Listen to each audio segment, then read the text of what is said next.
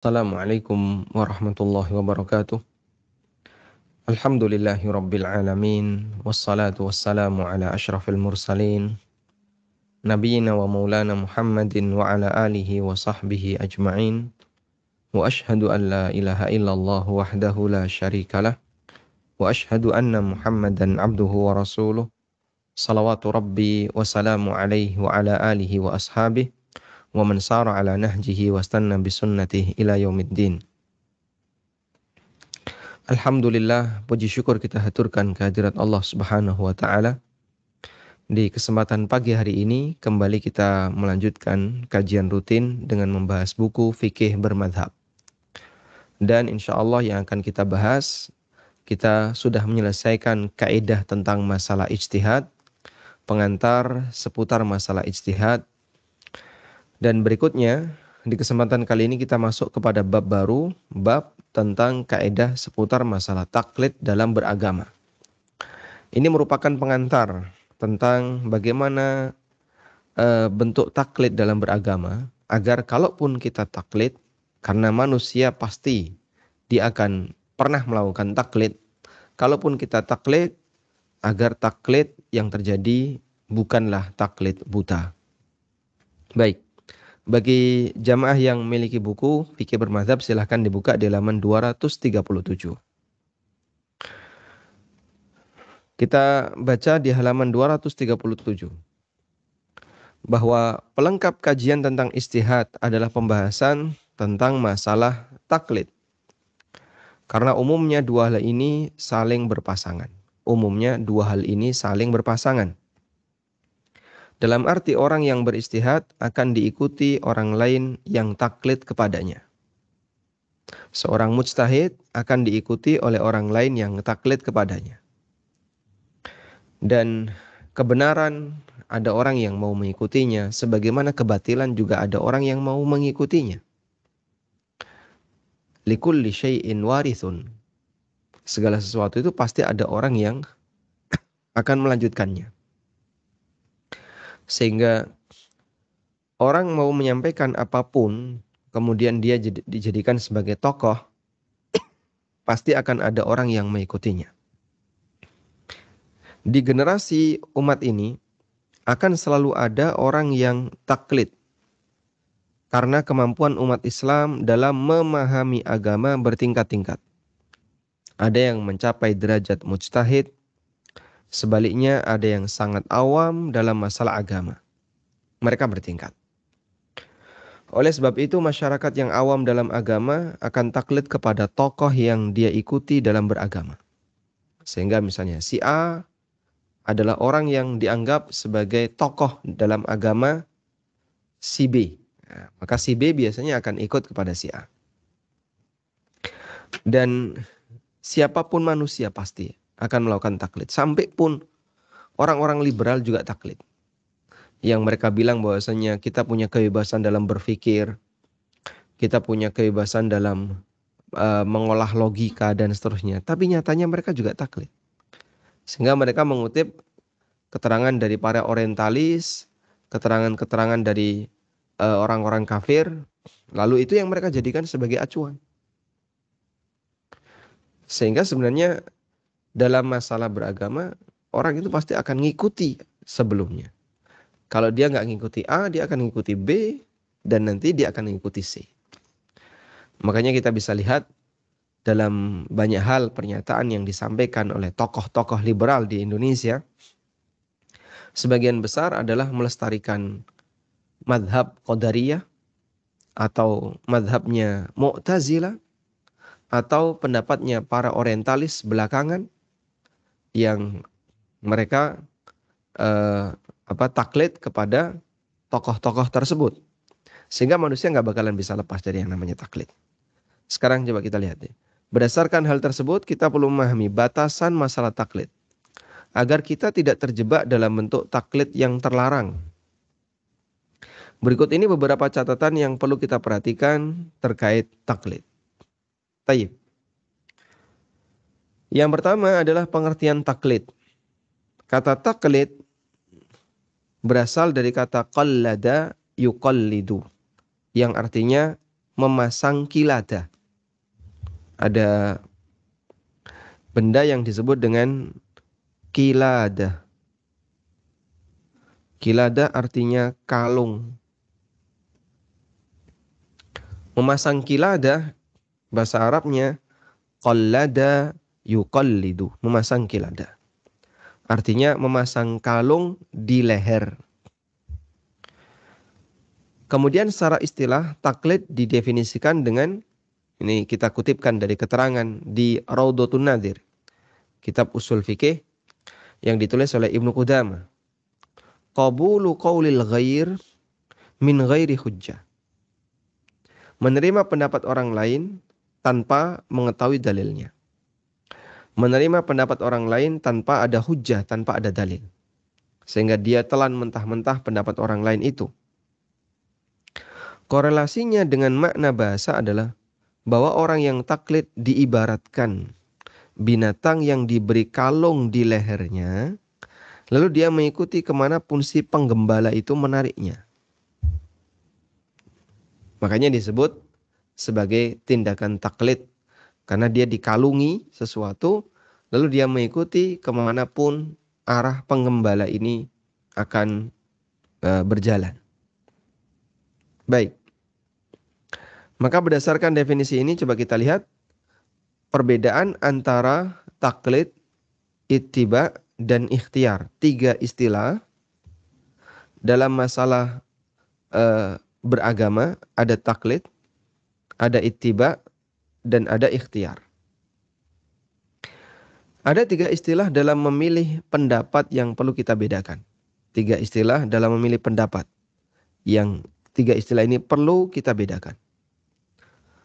Pertama adalah taklid. Dan tadi sudah kita sampaikan definisinya dengan mengutip keterangan di kitab Raudhatun Nadhir.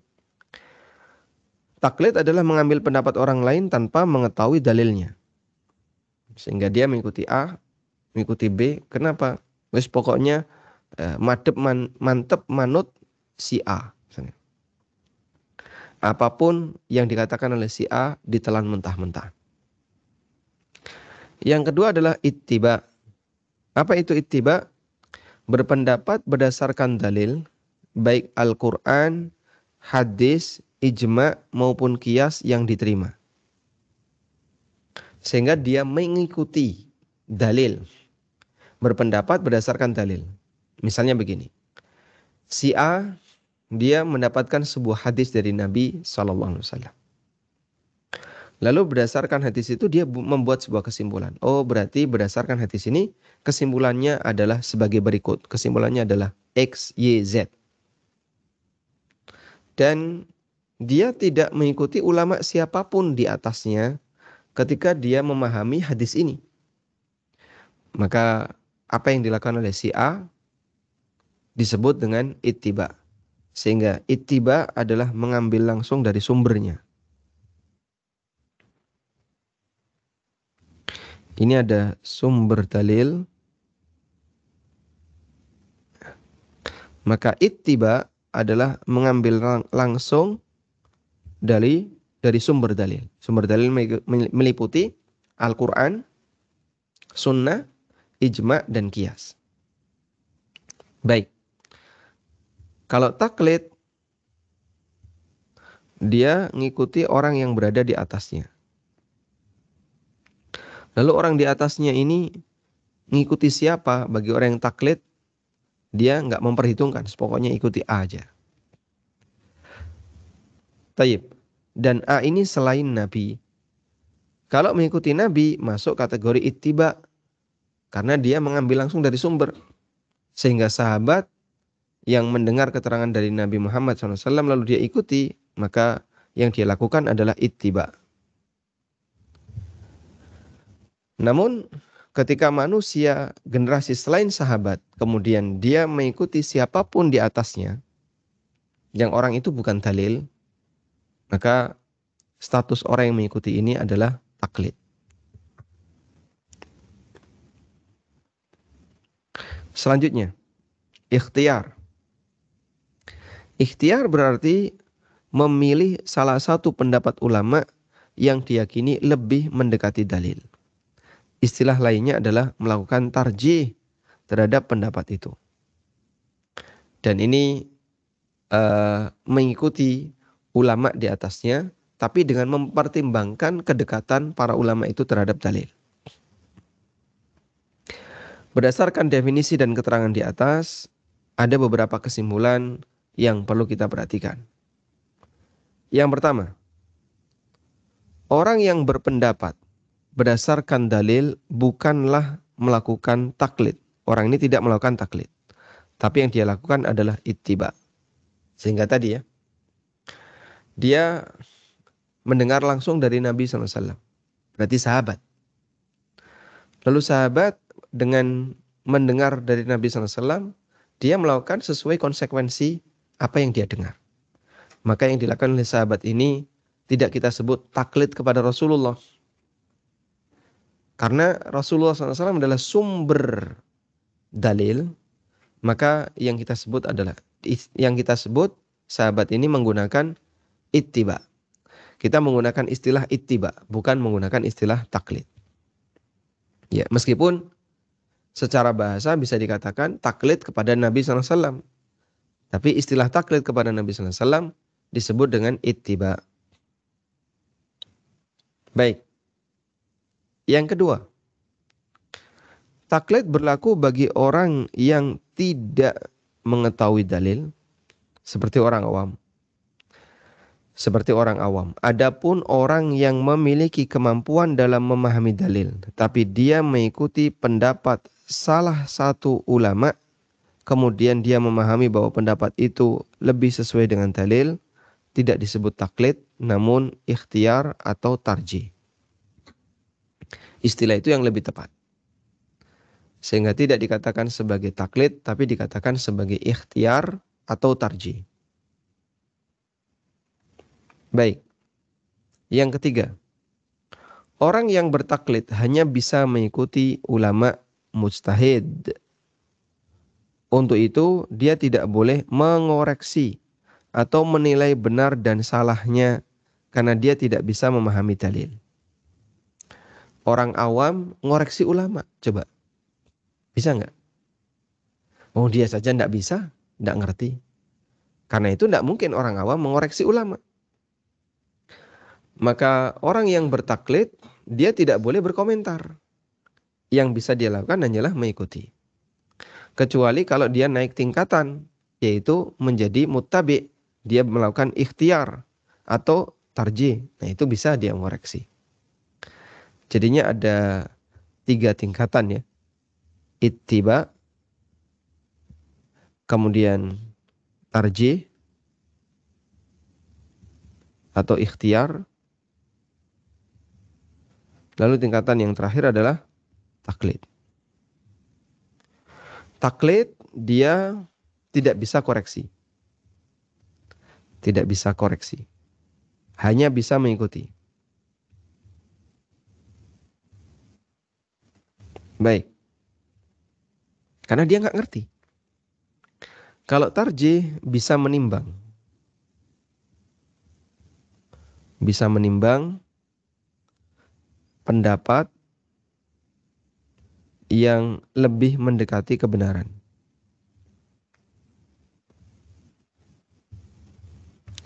Dia bisa menimbang pendapat yang lebih mendekati kebenaran. Kemudian dia ikuti siapa yang menurut dia, yang dia yakini lebih mendekati kebenaran. Kalau ittiba mengambil langsung dari sumber. Nah, mungkin kelasnya para ulama mujtahid, dia langsung melakukan ittiba. Dan kadang dia juga melakukan tarjih ketika ada beberapa pendapat di sana. Mengambil langsung dari sumber. Taib. Selanjutnya, kita beralih ke hukum taklid. Boleh nggak orang itu melakukan taklid? Apakah taklid itu dilarang secara mutlak atau bagaimana? Sekarang kita akan baca mengenai hukum taklid. Secara umum taklid tidak terlarang. Taklid tidak terlarang. Terutama bagi orang awam yang tidak mampu memahami dalil untuk dibuat kesimpulan hukum, terutama bagi orang awam yang tidak mampu memahami dalil. Nah, orang awam yang tidak mampu memahami dalil ini tidak mungkin dia disodori dalil. Ini Al-Quran. Saya juga punya Pak Al-Quran di rumah. Bapak ngerti artinya? Tidak tahu, tapi saya punya terjemahannya. Ini hadis Riyadhus Shalihin, Bulughul Maram. Alhamdulillah saya sudah punya Pak. Bahkan saya punya terjemah Sahih Bukhari, Mukhtasar Sahih Muslim. Saya punya itu terjemahannya. Masya Allah. Baik, Bapak sudah baca? Sebagian sudah. Kesimpulannya apa? Tidak bisa, saya tidak ngerti. Jadi orang awam sekalipun, dia sudah disodori buku dengan bahasa Indonesia. Dengan bahasa yang dia pahami. Karena kalau dia beralasan, saya nggak bisa bahasa Arab. Baik, silakan baca bahasa terjemahan. Tafsir Ibnu Katsir sudah diterjemahkan. Sudah. Kita punya ya. Di perpustakaan ANB Channel ada. Ada juga Syarah Bulughul Maram. Karya siapa itu? Syekh Utsaimin kalau tidak salah. Itu juga ada. Sehingga sekarang buku-buku para ulama sudah banyak yang diterjemahkan.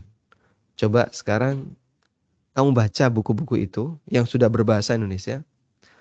Terus buat kesimpulan tentang hukum seputar masalah apa misalnya wudu ya dengan agak rinci. Sulit dia nggak bisa. Kenapa dia nggak bisa? Karena dia tidak bisa memahami secara utuh terhadap dalil yang dia baca. Meskipun sudah ada terjemahannya. Makanya umumnya orang yang tidak bisa bahasa Arab susah untuk bisa naik tingkatan menjadi orang yang melakukan tarjih atau apalagi ittiba. Sehingga paling yang bisa dia lakukan adalah taklid.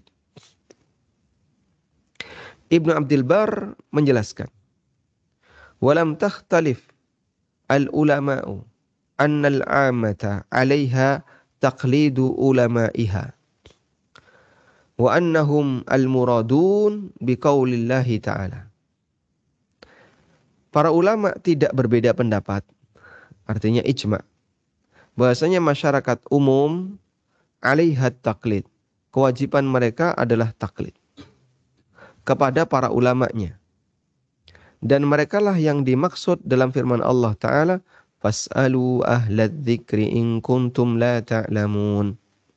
Bertanyalah kepada ahlu dzikr, kepada orang yang berilmu, jika kalian tidak mengetahui. Pernyataan yang semisal juga disampaikan oleh Syekhul Islam.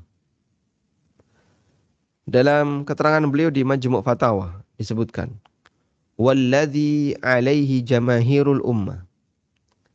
Yang menjadi pendapat jumhur ulama, annal ijtihada jaizun fil jumlah, bahwa ijtihad secara umum diperbolehkan. Wat taqlidu jaizun fil jumlah, taklid juga secara umum diperbolehkan. Wala yujibunal ijtihad ala kulli ahad, dan enggak ada ulama yang mewajibkan ijtihad itu berlaku bagi seluruh manusia. Wa yuharrimuna taklid, dan mereka mengharamkan taklid. Tidak ada ulama, atau di sini jumhur ulama tidak mewajibkan bagi setiap orang untuk beristihad dan mengharamkan taklid. Wala yujibuna taklid ala kulli ahad wa yuharrimuna al-ijtihad. Juga sebaliknya. Jumhur ulama mengatakan taklid itu tidak wajib bagi setiap orang. Kemudian mengharamkan ijtihad. Sehingga mereka tidak mewajibkan bagi setiap orang untuk taklid dan melarang ijtihad. Sehingga dua ini, ijtihad dan taklid, kata Syekhul Islam, secara umum masing-masing boleh. Secara umum masing-masing boleh. Dan mereka tidak mengatakan semuanya harus ijtihad, tidak boleh taklid. Mereka juga tidak mengatakan semuanya harus taklid, tidak boleh ijtihad. Sehingga jumhur mengatakan secara umum baik ijtihad maupun taklid dua-duanya boleh. Masya Allah. Ini yang disampaikan oleh Syekhul Islam Ibnu Taimiyah. Berdasarkan rincian hukum taklid, maka ada taklid dibolehkan dan ada taklid yang tercela. Ada taklid yang dibolehkan dan ada taklid yang tercela. Taklid yang diperbolehkan adalah taklid yang memenuhi beberapa ketentuan sebagaimana penjelasan di kitab Ma'alim Usul Fikih antara halaman sekian sampai sekian dan kita sebutkan di bawah ini. Yang pertama, beberapa ketentuan tersebut sebagai berikut. 1. Terkait kondisi orang yang taklid. Ada 2 kondisi orang yang diperbolehkan untuk melakukan taklid. 2 kondisi orang yang dibolehkan melakukan taklid. Yang pertama, orang yang benar-benar bodoh atau tidak paham masalah agama.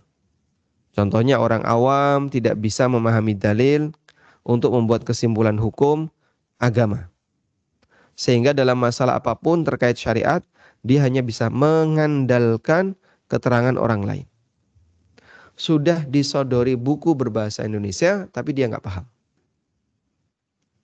Taib, orang seperti ini jelas dia harus taklid. Yang kedua, orang yang dalam keadaan tidak mampu melakukan ijtihad. Contohnya, ulama yang ditanyai terkait masalah tertentu. Si penanya butuh jawaban segera.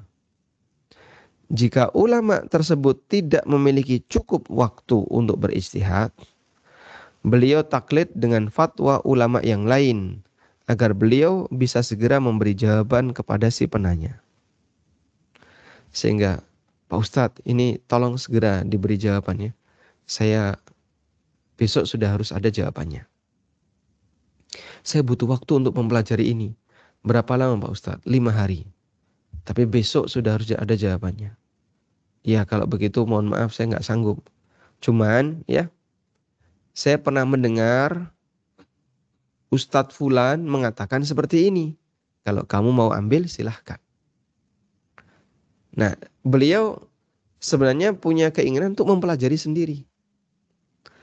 Dengan mempertimbangkan berbagai macam dalil dan pendapat para ulama.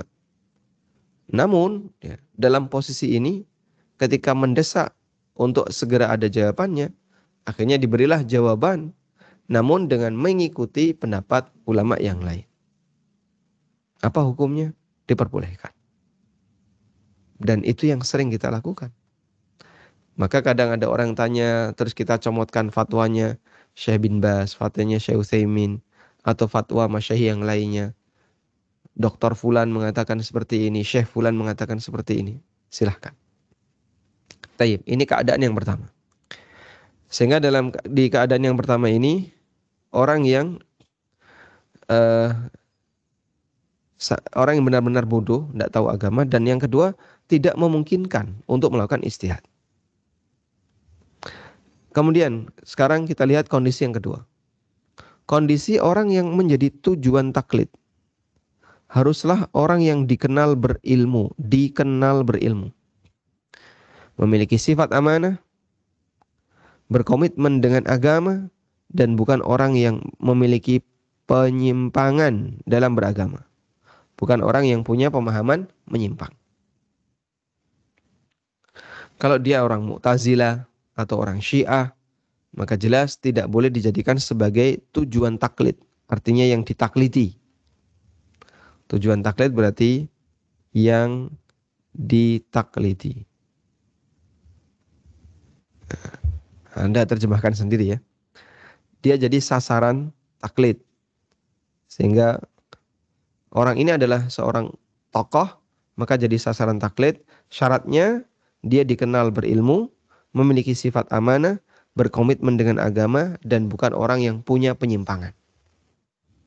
Kita hitung ya. Dia berilmu, memiliki sifat amanah, komitmen dengan agama. Ada orang yang berilmu, tapi dia tidak komitmen dengan agamanya. Penyimpangannya banyak. Dia bilang A, dia sendiri melanggarnya. Dia bilang B, dia sendiri melanggarnya. Maka orang seperti ini tidak bisa dijadikan sebagai rujukan taklid. Dan bukan orang yang memiliki penyimpangan. Kalau dia punya penyimpangan, baik dalam pemikiran maupun dalam karakter. Misalnya hobi berzina, waliyadzubillah. Hobi minum khamr, waliyadzubillah. Atau dia hobi melakukan perbuatan maksiat yang lainnya. Dia punya penyimpangan. Maka seperti ini tidak boleh dijadikan sebagai rujukan taklid. Yang ketiga, pendapat yang diikuti dalam taklid tidak bertentangan dengan dalil nas. Dalil nas itu dalil tegas. Nas artinya dalil tegas.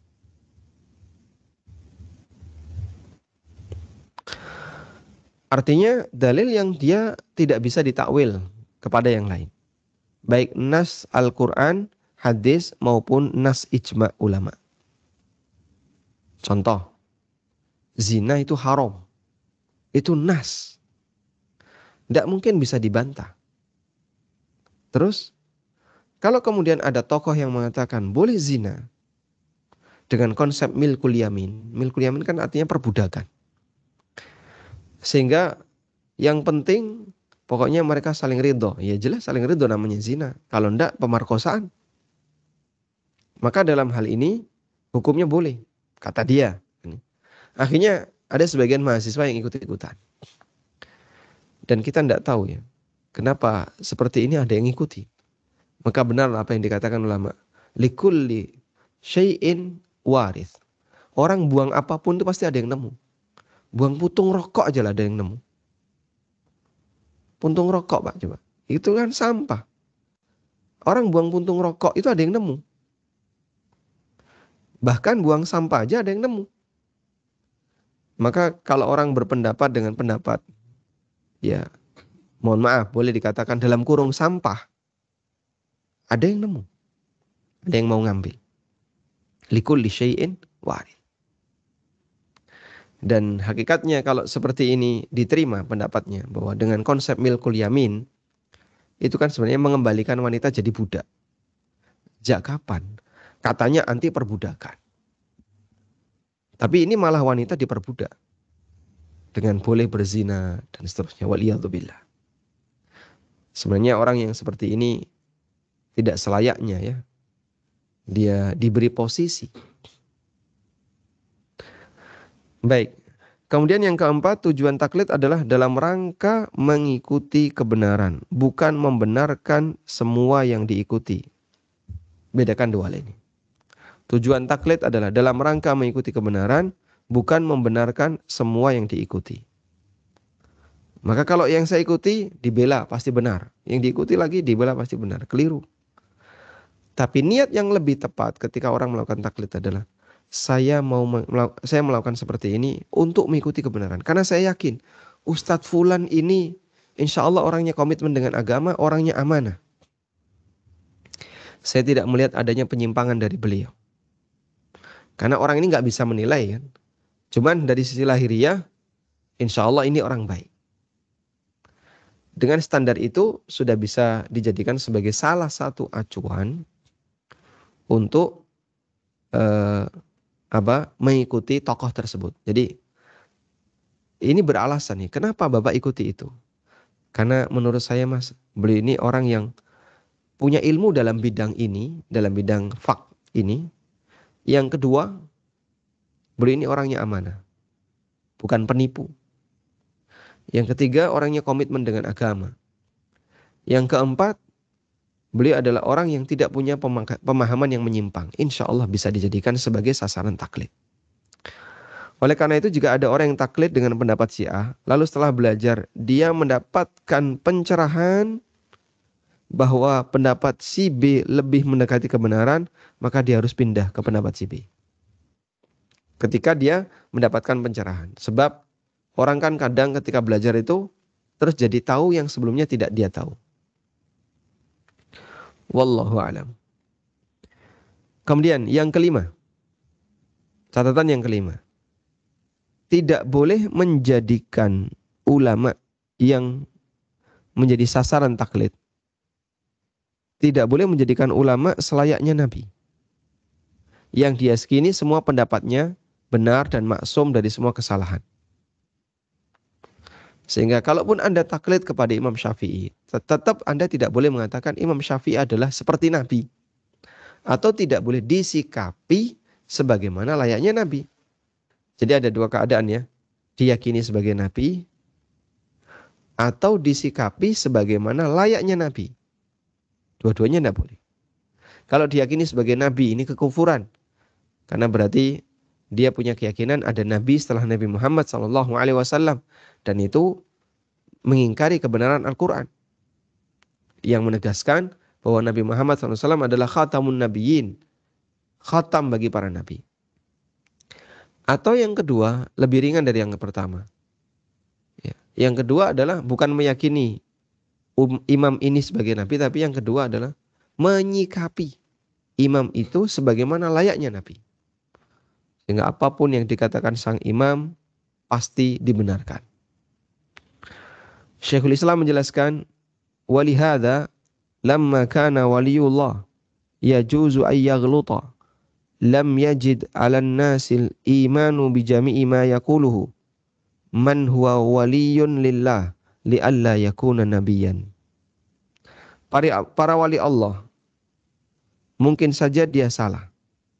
Mungkin saja dia berbuat salah. Oleh karena itu, manusia tidak wajib untuk mengikuti semua yang disampaikan oleh wali Allah, agar kedudukannya tidak disetarakan sebagaimana layaknya nabi. Agar kedudukan sang wali itu tidak disetarakan sebagaimana layaknya nabi.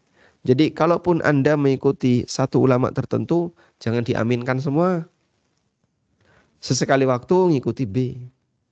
Saya itu condong banget sama A. Sehingga apapun yang dikatakan oleh A, ngikut dia. Tapi jangan semua. Apapun yang diucapkan A, sami'na wa ata'na. Oh jangan. Ini nanti ada kesan menyikapi A sebagaimana layaknya nabi. Sesekali Anda tinggalkan pendapat A, pindah ke B. Kadang pindah ke C. Agar A ini tidak disetarakan sebagaimana layaknya nabi. Wallahu a'lam. Semoga ini bisa dipahami dengan baik. Dan insya Allah catatan-catatan ini saya harap agar dimengerti oleh kaum muslimin berkaitan dengan batasan-batasan taklid. Baik, demikian yang bisa kita sampaikan. Dan insya Allah untuk pertemuan yang berikutnya, nanti kita akan bahas ini. Orang yang taklid bebas hisab atau tidak. Dalam arti, jika benar dapat pahala, kalau salah dosanya ditanggung oleh imamnya. Apakah seperti itu? Insya Allah akan kita bahas di pertemuan berikutnya. Demikian, semoga bermanfaat. Wassalamualaikum warahmatullahi wabarakatuh wa ala alihi wa sahbihi wasallam.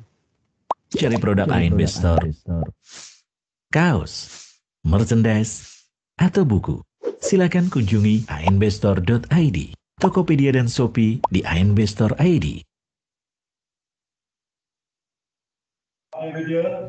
Dengan semakin berkembangnya dakwah yang disampaikan melalui ANB Channel yang diisi oleh Ustadz Aminur Baik, Ustadz Wira Mandiri, Ustadz Ristian Ragil, Ustadz Amir As-Soronji, Ustadz Musa Jundana, Ustadz Muhammad Abu Rifai, dan para asatidzah Jogja lainnya, serta untuk meningkatkan pelayanan kepada kaum muslimin melalui Yayasan Amal Abadi Indonesia yang mengelola lembaga Indonesia Bersih Riba, tim perawat jenazah Al-Baqi, konsultasi zakat dan waris. Insya Allah akan dibangun kantor dan studio ANB Channel yang representatif serta kantor Yayasan Amal Abadi Indonesia. Mari dukung dengan menginfakkan sebagian harta kita melalui Bank Syariah Indonesia atas nama Yayasan Amal Abadi Indonesia dengan nomor rekening 7441998877. Jazakumullah khairan wa barakallahu fikum.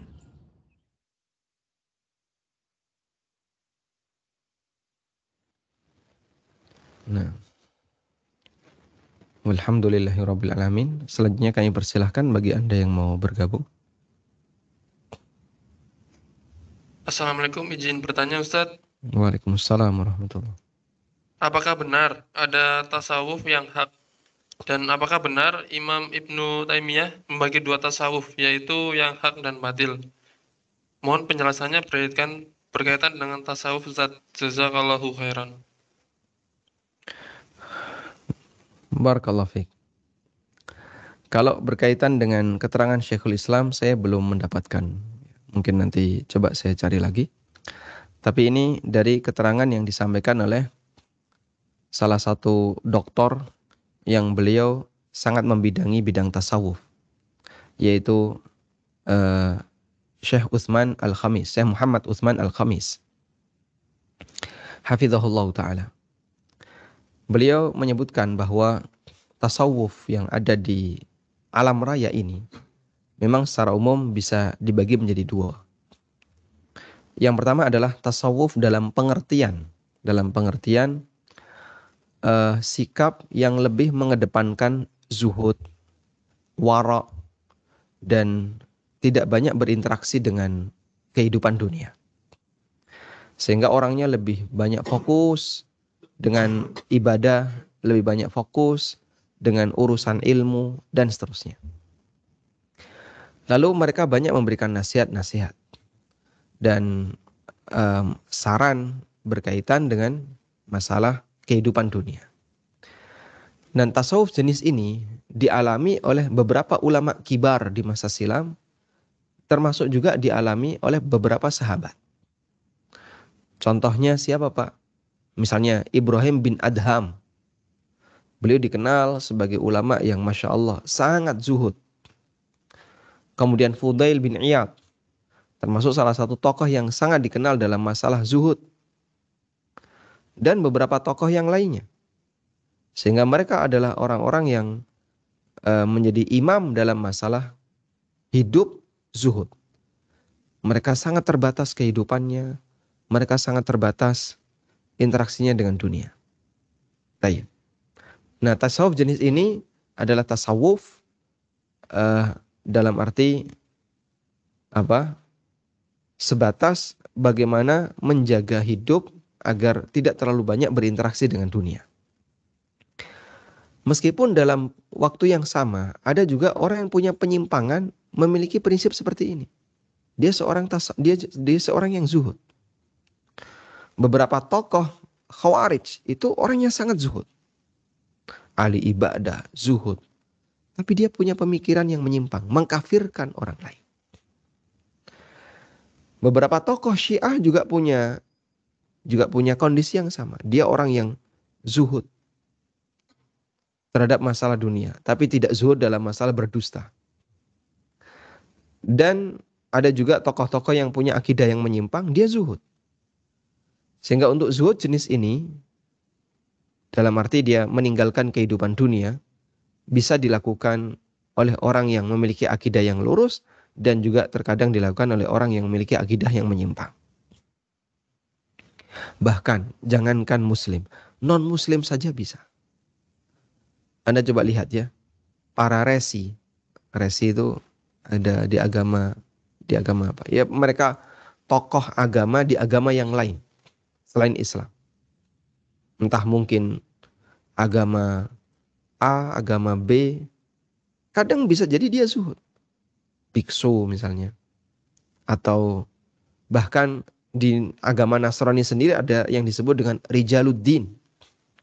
Apa itu Rijaluddin, Pak? Manusia-manusia agama. Tokoh-tokoh agama. Yang dia hanya tinggal di tempat ibadah dan dia tidak melakukan interaksi dunia. Dan dulu para pendeta di masa silam melakukan praktek kerahiban, rohbaniyah. Dalam rangka untuk beribadah kepada Allah. Tidak nikah itu dalam rangka ibadah kepada Allah. Allah sebutkan ini dalam Al-Quran. وَرَهْبَانِيَّةً ابْتَدَعُوهَا مَا كَتَبْنَاهَا عَلَيْهِمْ إِلَّا ابْتِغَاءَ رِضْوَانِ اللَّهِ فَمَا رَأَوْهَا حَقَّ رِعَايَتِهَا. Dan salah satu di antara bentuk yang dilakukan oleh para pendeta Nasrani adalah rohbaniyah. Coba kita lihat.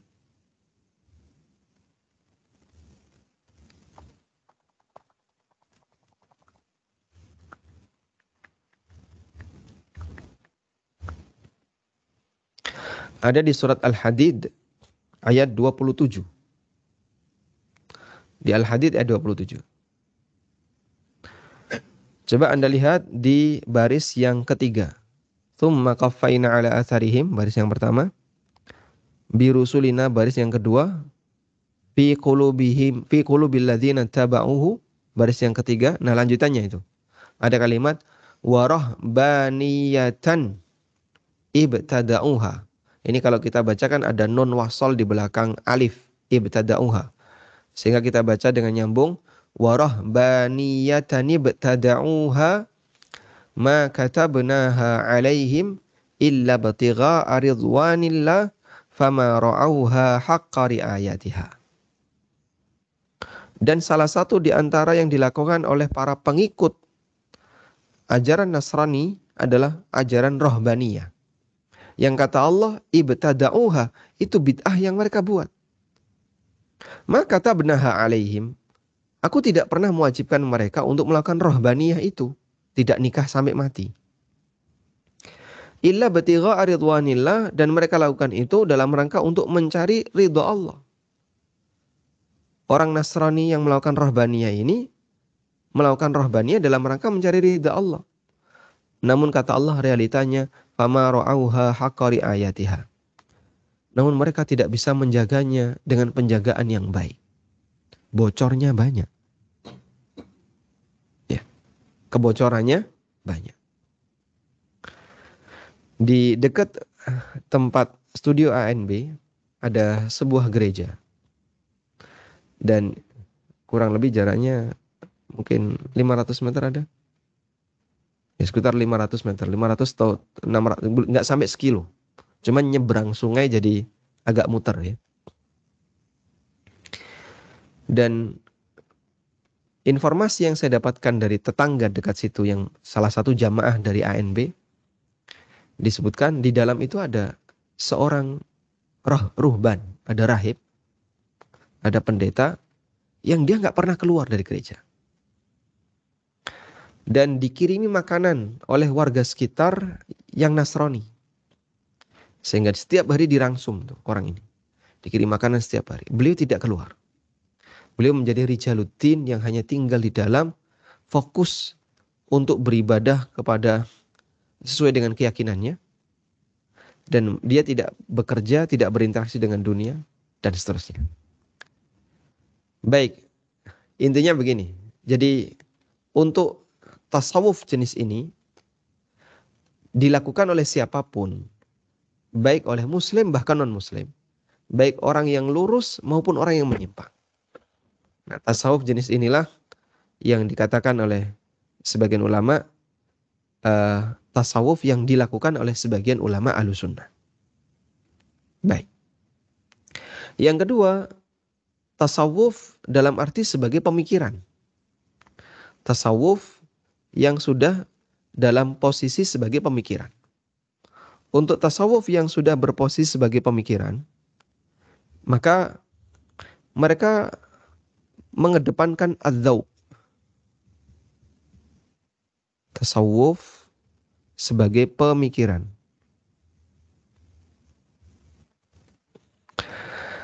Tasawuf sebagai pemikiran, mereka lebih mengedepankan adzauq. Zauq. Az-zauq tulisannya begini. Apa itu az-zauq? Az-zauq artinya perasaan, dominan perasaan.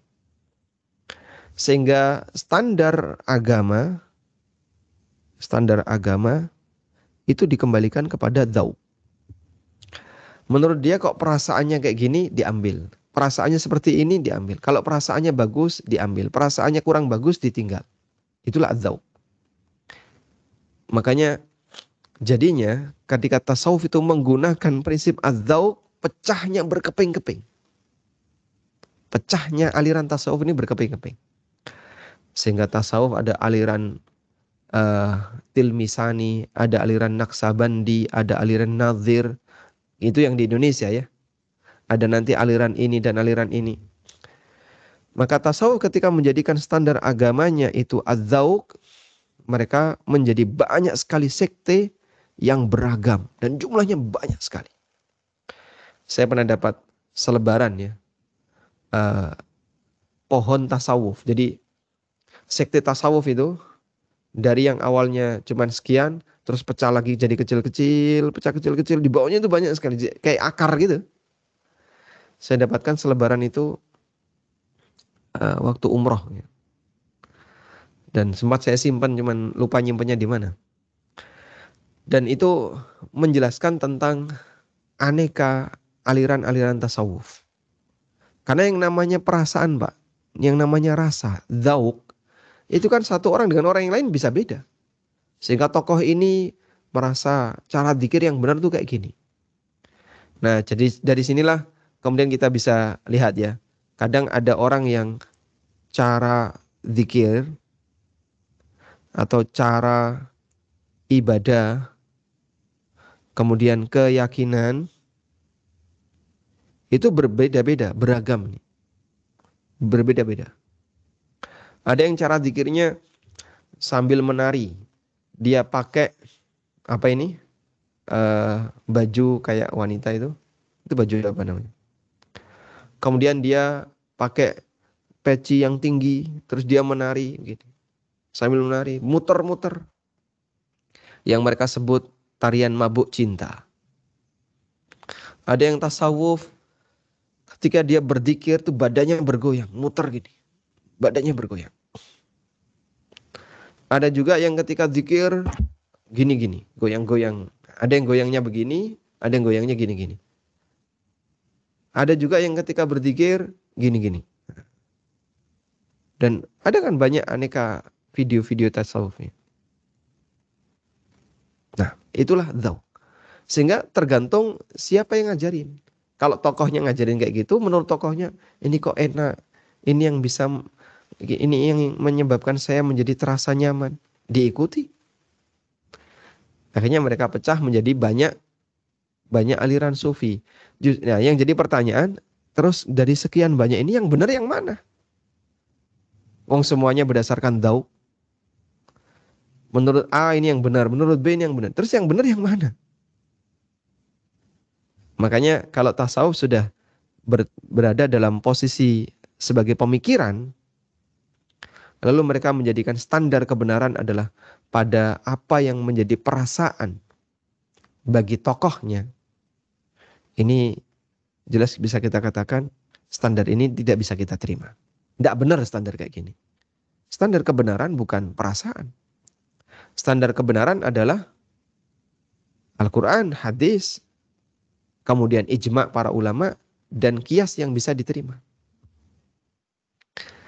Tapi yang dhahir tidak demikian. Mereka tidak menggunakan itu. Betul mereka menerima Quran, tapi mereka tidak menggunakan Quran sebagai standar. Lebih kepada dzauq. Sehingga jadinya berbeda-beda aliran tasawuf itu. Tayyib.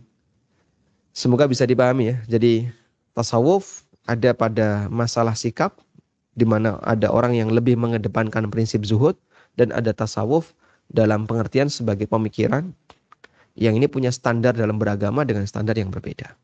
Wallahu a'lam. Ustaz, sebagai orang awam, kalau taklid ke beberapa ustadz, apakah diperbolehkan? Contohnya tentang sholat, ikut ke ustadz A, sedang untuk hal muamalah atau lainnya ke ustadz B, atau juga yang lainnya lagi. Nah, insya Allah nanti kita bahas itu ya. Jadi berkaitan dengan standar dalam taklid itu seperti apa. Tadi kita baru membahas tentang beberapa catatan terkait masalah status hukum taklid. Sehingga kita berikan rincian bahwa orang awam tidak bisa menilai. Kemudian taklid itu tujuannya adalah untuk mengikuti kebenaran, bukan membenarkan apa yang diikuti, dan seterusnya. Namun kemudian nanti bagaimana standar orang yang boleh diikuti, lalu boleh nggak taklid secara parsial dalam urusan muamalah. Saya ngikuti misalnya di Indonesia, saya dalam urusan muamalah lebih ngikut Dr. Erwandi. Kalau dalam masalah fikih sholat, saya lebih ngikut Ustadz Aris Munandar. Kalau dalam masalah fikih, apalagi Syafi'i, Anda ngikut Ustadz siapa lagi. Jadi ngikuti beberapa Ustadz. Taklid secara parsial, itu boleh atau tidak? Insya Allah nanti kita bahas. Dan secara umum boleh, selama Anda bisa menimbang bahwa pendapat tokoh ini yang lebih dominan mendekati kebenaran. Insya Allah tidak masalah. Wallahu a'lam. Ustadz izin bertanya di luar tema. Setelah saya mendengarkan hukum bunga bank ternyata riba, saya pisahkan bunga bank di salah satu rekening saya. Terkumpul sangat banyak karena saya hitung dari awal kami menabung. Tapi saya berbeda pendapat dengan suami. Bagi saya haram, bagi suami tidak. Tapi sebagai istri saya sudah berusaha sampaikan, tetapi suami belum bisa nerima.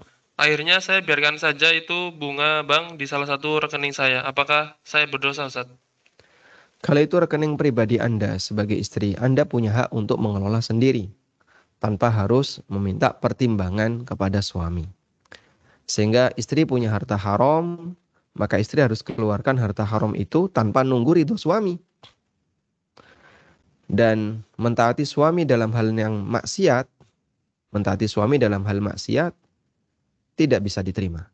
La ta'ata li makhlukin fi maksiatil khaliq. Tidak ada ketaatan bagi makhluk dalam urusan yang isinya bermaksiat kepada Khalik. Dalam urusan hukum, hierarki itu dihargai. Ada hukum yang lebih tinggi dan ada hukum yang lebih rendah. Maka hukum yang lebih tinggi lebih didahulukan daripada hukum yang lebih rendah. Dan jelas aturan Allah lebih tinggi derajatnya dibandingkan aturan semua manusia. Oleh karena itu, setelah Anda berhasil melakukan perhitungan nilai riba yang akan Anda keluarkan, kemudian Anda tahu nominalnya, sudah, dan duit itu ada, silahkan segera dikeluarkan. Dalam rangka untuk membebaskan diri dari riba. Ingat yang dikeluarkan bunganya ya, bukan pokoknya. Pokoknya nggak usah ikut. Bunganya setelah dipotong pajak bunga. Misalnya Anda dapat bunga di bulan Januari tahun 2000 misalnya. Sekarang berarti kan sudah 22 tahun. Januari tahun 2000 bunganya 100.000. Pajak bunganya 10%, 10.000. Nah, nanti bulan berikutnya Februari, Anda hitung seperti itu terus. Ketemu nilai berapa, itulah yang dikeluarkan. Wallahu a'lam. Baik, silahkan. Silahkan, Anda sudah terhubung. Halo, assalamualaikum. Waalaikumsalam warahmatullahi. Silahkan. Ini mau tanya tentang sedekah. Apakah kalau setiap sedekah itu harus ada niat sedekah untuk diriku dan kedua orang tua? Sedekah. Kalau misalnya tidak ada niat, bukan tidak ada niat, kalau kita kalau niatan kami, semuanya tujuannya kan untuk kebaikan akhirat. Bagaimana kalau lupa misalnya tanpa pokoknya yang penting kita gitu. Tapi bagaimana penjelasan akhirat?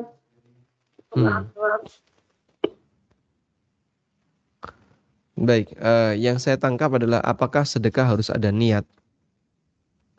Bagaimana kalau ada orang bersedekah tapi tidak ada niat, begitu? Apakah bisa bernilai sedekah? Jawabannya, Nabi SAW bersabda, innamal a'malu binniyat. Sesungguhnya yang namanya amal itu harus diiringi dengan niat. Keberadaan amal itu karena niat. Oleh karena itu, jika disebut sebagai amal, ya, maka harus ada niat. Sehingga disebut sebagai amal sedekah, ya harus ada niat. Niat sedekah. Bagaimana kalau misalnya tidak berniat? Ada sebuah hadis.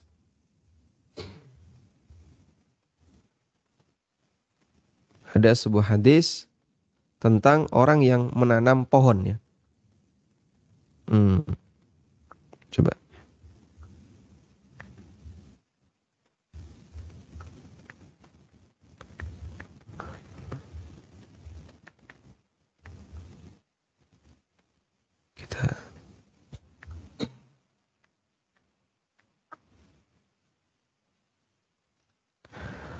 Rasulullah SAW pernah menyebutkan dalam sebuah hadis yang sahih,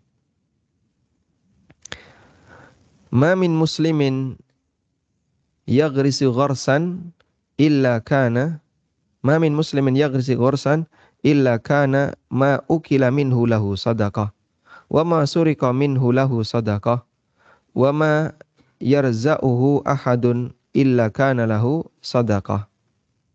Ya, ini hadisnya, hadis riwayat Muslim.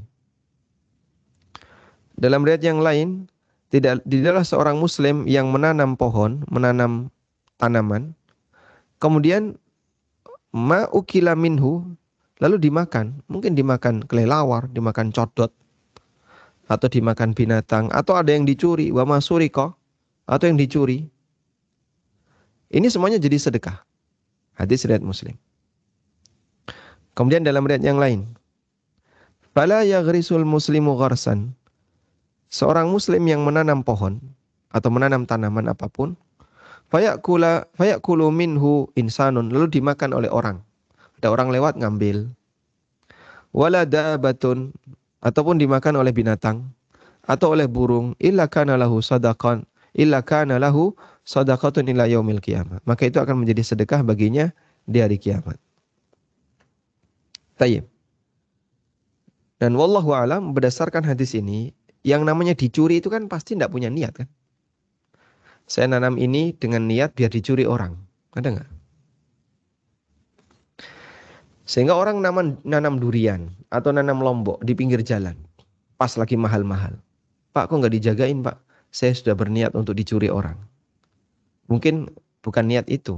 Tapi dia berniat direlakan, siapapun yang mau ngambil silahkan. Kalau itu betul. Tapi kalau niat dicuri tidak ada. Sebab yang namanya dicuri pasti di luar kesengajaan pemilik. Nah, wallahu alam, berdasarkan ini ada satu kondisi di mana amalan itu tetap bernilai sedekah meskipun dia tidak berniat.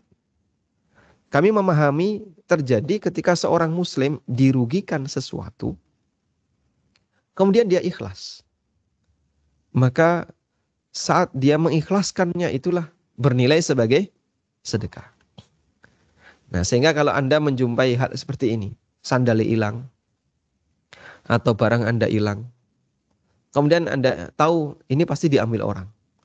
Lalu di tengah itu Anda mengikhlaskan, ya sudah, semoga jadi tabungan saya di akhirat.